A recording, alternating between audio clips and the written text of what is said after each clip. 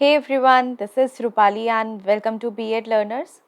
आज का आपका सेकंड सेशन रहेगा नॉलेज एंड करिकुलम के। हम 2021 के एमसीक्यूज़ देखेंगे। तो आज के सेशन में भी हम 10 एमसीक्यूज़ देखेंगे जो हम ऑलरेडी पढ़ चुके हैं अपने बीएड लर्नर्स के चैनल पर। उसी से रिलेटेड आपके आज के क्वेश्चंस होने वाले हैं और इम्पॉर्टेंट क्वेश्चंस हैं, आपकी सभी यूनिवर्सिटीज़ के अंदर हेल्प करेंगे आपको। चलिए फिर स्टार्ट करते हैं अपने नॉलेज एंड करिकुलम के 2021 के एमसीक्यू क्वेश्चंस। एंड अगर आपको सेशन अच्छा लगे तो सेशन को स्टार्ट करने से पहले लाइक ज़रूर कर दीजिएगा, शेयर कर दीजिएगा अपने कॉलेज ग्रुप में, व्हाट्सएप ग्रुप में, अपने टेलीग्राम पर या फेसबुक पर, कहीं भी, जिससे कि आपके फ्रेंड्स वगैरह सभी जुड़ सकें बीएड लर्नर्स के साथ। बिकॉज ये आपकी एक एस्पायरिंग टीचर्स की ही यूनिट है। यहाँ पर मैं आपका एक अलग से बीएड का कोर्स लेके चल रही हूँ। क्लियर? एंड सब्सक्राइब करने के साथ साथ आप बेल आइकन को भी प्रेस कर लीजिएगा, जिससे कि जब भी आपकी नई वीडियो अपलोड हो तो आपके पास नोटिफिकेशन पहुंच जाए। चलिए फिर स्टार्ट करते हैं और देखते हैं आपने 10 न्यू एमसीक्यू क्वेश्चंस। फर्स्ट देखेंगे, क्वेश्चन नंबर 11 से स्टार्टिंग है क्योंकि ये आपका सेकेंड सेशन है और हमारा फर्स्ट सेशन हो चुका है। तो which of the following is correct about knowledge. अब आपको बताना है कि इनमें से आपका कौन सी स्टेटमेंट बिल्कुल करेक्ट है नॉलेज के साथ। Knowledge is contextual, it can be reused, the values of knowledge may change over time, it is developed through learning process, या ऑल ऑफ द अबव। आपको बताना है इनमें से कि कौन सी स्टेटमेंट करेक्ट होगी। देखिए, आपको नॉलेज से आपको कुछ टर्म्स पता होनी चाहिए कि जो उससे जुड़ी हुई होती हैं। तो नॉलेज आपकी कॉन्टेक्चुअल होती है। यस, आपकी नॉलेज कॉन्टेक्चुअल होती है क्योंकि कॉन्टेक्चुअल का मतलब क्या होता है? टेक्स्ट बुक की नॉलेज के साथ साथ आपको बाहरी नॉलेज भी मिलती है। Values of knowledge can be change over time, बिल्कुल चेंज होती हैं। And it develop through learning process. Obvious सी बात है कि अगर आपकी लर्निंग प्रोसेस से ही आपकी जो नॉलेज होती है वो डेवलप होती है। तो उसका जो करेक्ट आंसर हो गया वो है आपका डी ऑप्शन।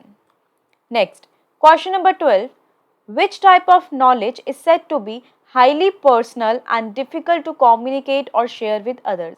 अब इसमें पूछा गया है कि इनमें से कौन सी नॉलेज आपकी अत्यधिक व्यक्तिगत होती है, इट मीन्स हाईली पर्सनल होती है, और डिफिकल्ट होती है कि दूसरों के साथ कम्युनिकेट करने में, शेयर करने में प्रॉब्लम आती है। तो उस नॉलेज को हम क्या कहते हैं? Explicit knowledge, tacit knowledge, received knowledge, या प्रोसीजरल नॉलेज। देखिए, अब आपको इनका मतलब पता होना ज़रूरी है और अगर प्रीवियस सेशंस नहीं देखे हैं टाइप्स ऑफ नॉलेज के तो वो ज़रूर देखिएगा। तो इसका जो करेक्ट आंसर है आप लोगों का वो है आपका बी ऑप्शन, टेसिट नॉलेज। क्योंकि टेसिट नॉलेज क्या होती है? वो एकदम पर्सनल होती है, इंट्यूशन टाइप आना, और वो आप उसको किसी के साथ कम्युनिकेट और शेयर नहीं कर सकते हो। नेक्स्ट, व्हाट इज और are the roles of teacher in teaching learning process. ये क्वेश्चंस ऐसे पूछे जाते हैं आपके पेपर के अंदर कि टीचर का क्या रोल है टीचिंग लर्निंग प्रोसेस के अंदर। तो बताइए इसका करेक्ट आंसर क्या होगा? To provide freedom to students, की स्टूडेंट्स को स्वतंत्रता देना, उनको फ्रीडम देना यहाँ पर। To develop their specific abilities, उनकी स्पेसिफिक एबिलिटीज को डेवलप करना। To conduct various competitive activities in school, आपके यहाँ पर जो कॉम्पिटिटिव एक्टिविटीज़ हैं स्कूल के अंदर उनको कंडक्ट करना, या सभी ऑल ऑफ द अबव है। तो देखें, यहाँ पर बहुत सारे टीचर्स के रोल होते हैं। ये मुझे आपको एक सेशन प्रोवाइड कराना है कि टीचर का क्या रोल होता है टीचिंग लर्निंग प्रोसेस के अंदर। इससे 2020 के अंदर क्वेश्चन पूछा गया था। इसका जो करेक्ट आंसर है आप लोगों का वो है D option, all of the above. Next, what are the assumption of teacher about student learn best. अब यहाँ पे पूछा है कि टीचर की क्या assumptions होती हैं जिससे कि जो बच्चा है वो लर्न बहुत ही अच्छे तरीके से करे। तो टीचर की क्या assumptions होती हैं बच्चों के बारे में कि वो बहुत अच्छे से लर्न कर सकें। when they believe they can learn, कि वो बिलीव करें कि जो बच्चा है वो लर्न कर सकता है।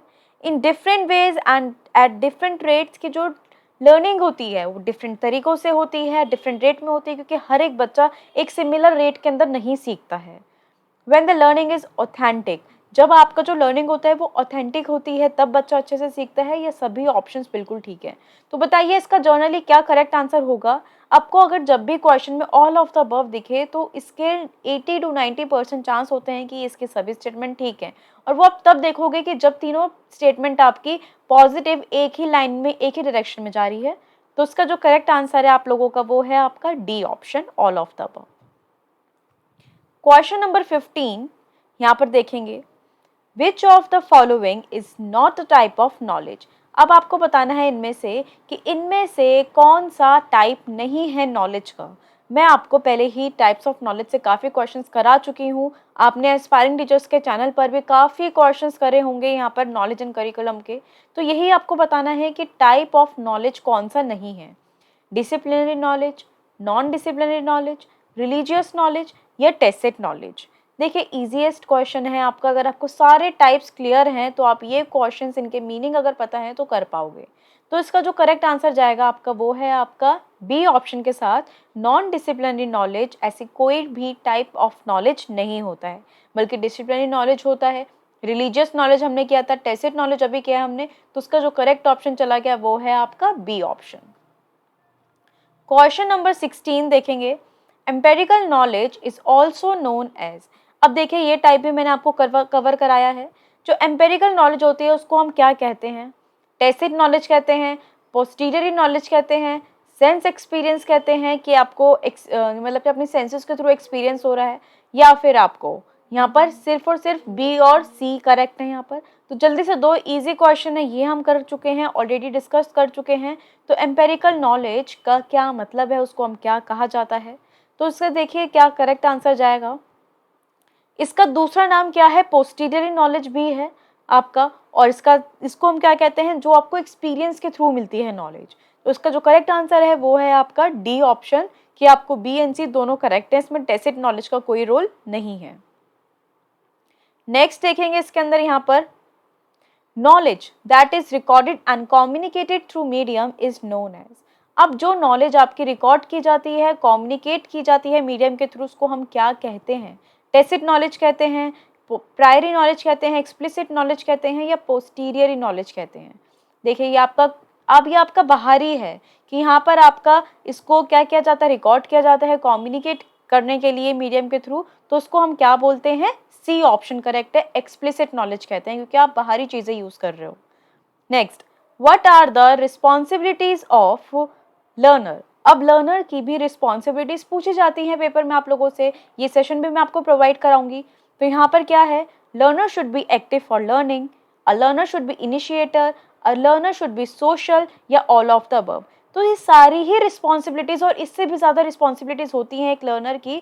तो उससे जो करेक्ट आंसर जाएगा आप लोगों का वो है आपका डी ऑप्शन, सारे ही ऑप्शन इसके करेक्ट हैं।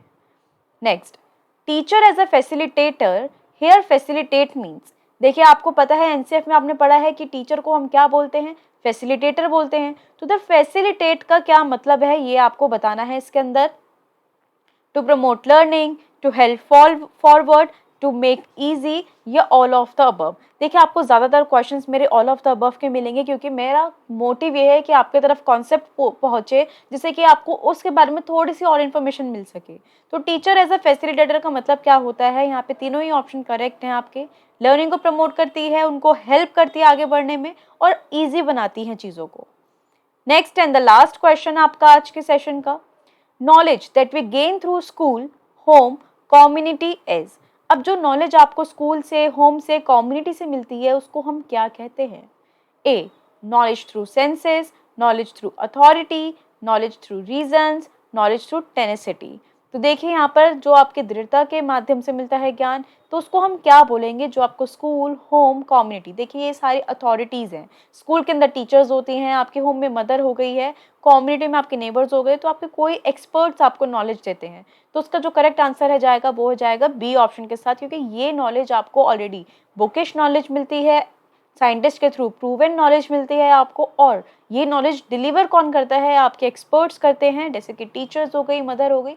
तो वो नॉलेज यहाँ पर आपको देते हैं बच्चों को। तो इसका जो करेक्ट आंसर जाएगा वो है आपका बी ऑप्शन के साथ। ये थे हमारे आज के 10 क्वेश्चंस नॉलेज एंड करिकुलम के 2021 एमसीक्यूज। आई होप कि आपको ये 10 क्वेश्चंस अच्छे लगे होंगे, आपका कॉन्सेप्ट थोड़ा सा बिल्डअप हुआ होगा, और आपको यहाँ पर थोड़ी सी यहाँ पर कॉन्सेप्चुअल क्लैरिटी बढ़ी होगी। जो आपने टाइप्स ऑफ नॉलेज किया है, अभी हमने कुछ करेक्टरिस्टिक्स करी हैं, अपने नॉलेज की करी हैं, तो नॉलेज का इंट्रोडक्शन पार्ट पढ़ा है, तो उससे रिलेटेड थे आज के क्वेश्चंस। आई होप कि ये सभी आपको क्वेश्चंस क्लियर हैं। एंड ऐसे ही सेशन अटेंड करने के लिए लाइक शेयर करना मत भूलिएगा। हमारे सोशल मीडिया हैंडल से आप जुड़ सकते हैं, टेलीग्राम चैनल, इंस्टाग्राम चैनल से, एंड यहाँ पर आप दोनों में फॉलो कर सकते हैं पीडीएफ के लिए एंड सभी चीज़ों के लिए। आपको कोई क्वेरी है तो आप व्हाट्सएप पे भी पूछ सकते हैं। लिंक मैं आपको यहाँ पर डिस्क्रिप्शन बॉक्स में दे दूंगी और एस्पायरिंग टीचर्स को भी आप यहाँ पर फॉलो कर सकते हैं। Thank you so much, keep studying.